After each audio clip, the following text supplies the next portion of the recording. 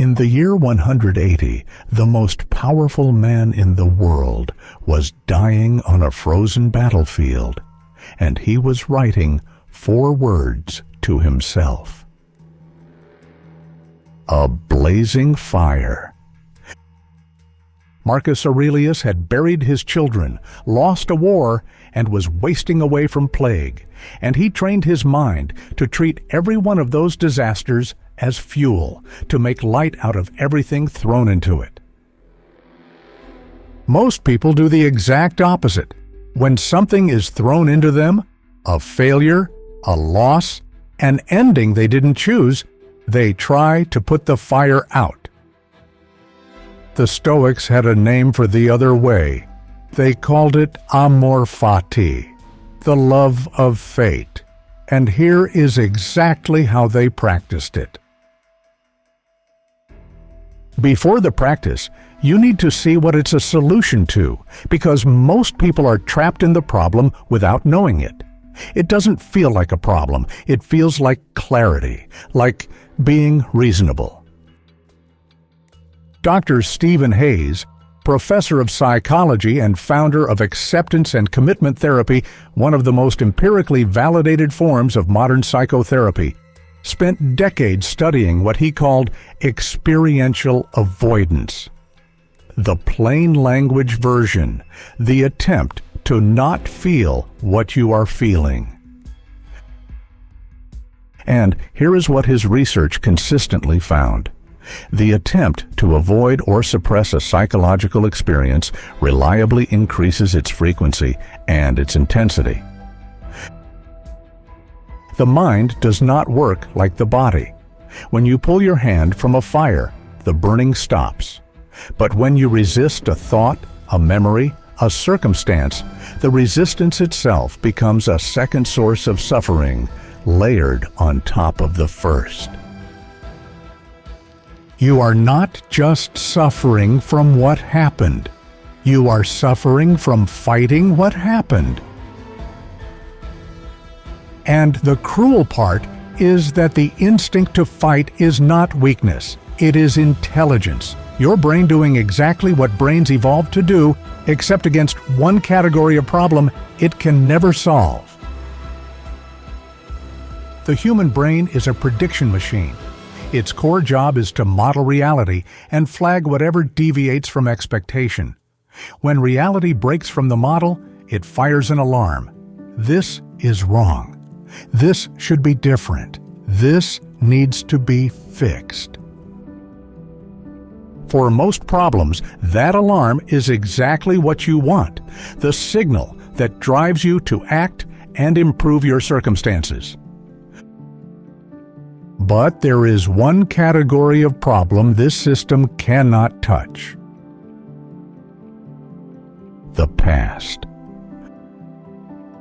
The brain keeps running the alarm anyway, flagging the deviation, generating the same signal, this should be different, about a thing that already happened and cannot be unhappened. Unlike a problem you can act on, the past can only be accepted or resisted, and a resistance here doesn't protect you. It just guarantees the original pain keeps compounding, every time the alarm fires again. This is the exact problem Amor Fati was built for. Not the circumstances you can change. Those you change. Amor Fati is for the part of reality your intelligence cannot alter and must learn to use instead. So, what is it actually? Because almost everyone gets this wrong too. Most people hear Amor Fati and think passive acceptance, resignation. This is fine. That is the single most common misreading of Stoic philosophy. Amor Fati is not, this is fine. Amor Fati is, this is what I have. Now, what do I build with it?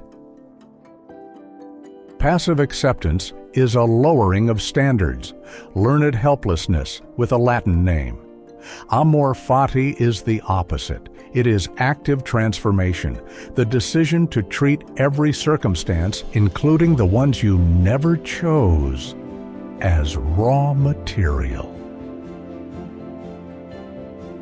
Marcus Aurelius wrote about this obsessively in his private journal.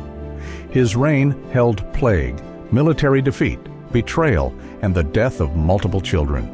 And in every case, the move was the same: acknowledge what is, then ask what it makes possible. That move is something you can practice.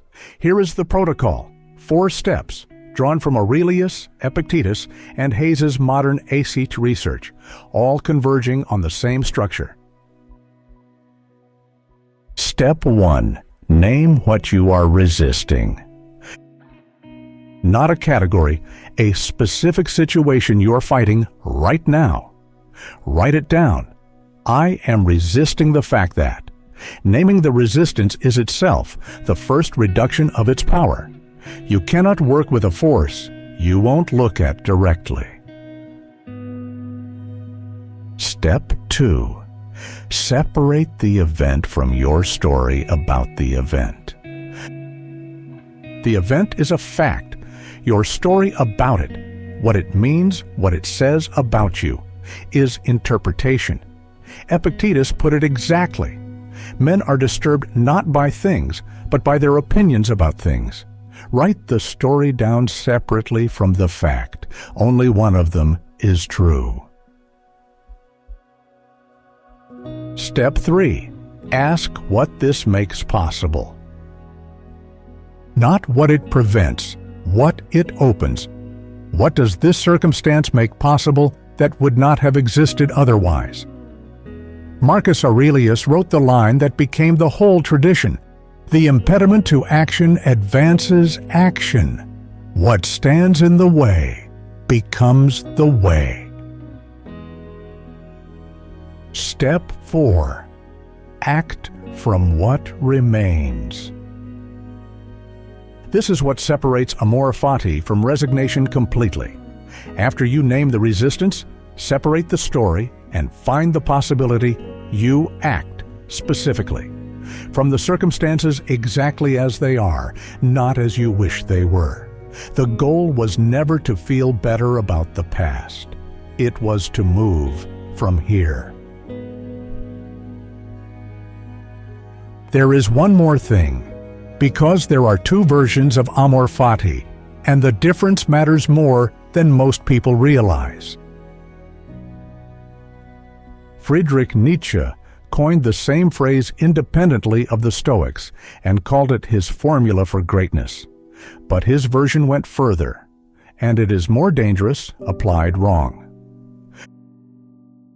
The Stoics practiced Amor Fati as equanimity, stability, regardless of circumstance, a foundation to act from. Nietzsche went past that. He argued you should not merely accept your fate, but want it. Retroactively want every failure and every wound to have been exactly as it was. Not merely to bear what is necessary, he wrote, still less to conceal it, but to love it. And here the risk becomes real. Retroactively wanting genuine harm is not what either tradition was pointing at, and pretending your wounds were gifts can become its own kind of self-deception.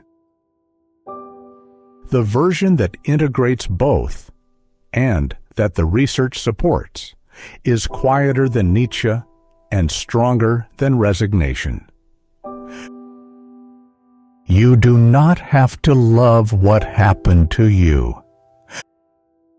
You have to stop letting your refusal to love it consume the present. The goal is not to pretend your past was perfect. It is to stop paying for your past with your present. Marcus Aurelius lost children and faced a plague that emptied cities. Epictetus was born a slave. Seneca was ordered to open his own veins. None of them had good circumstances.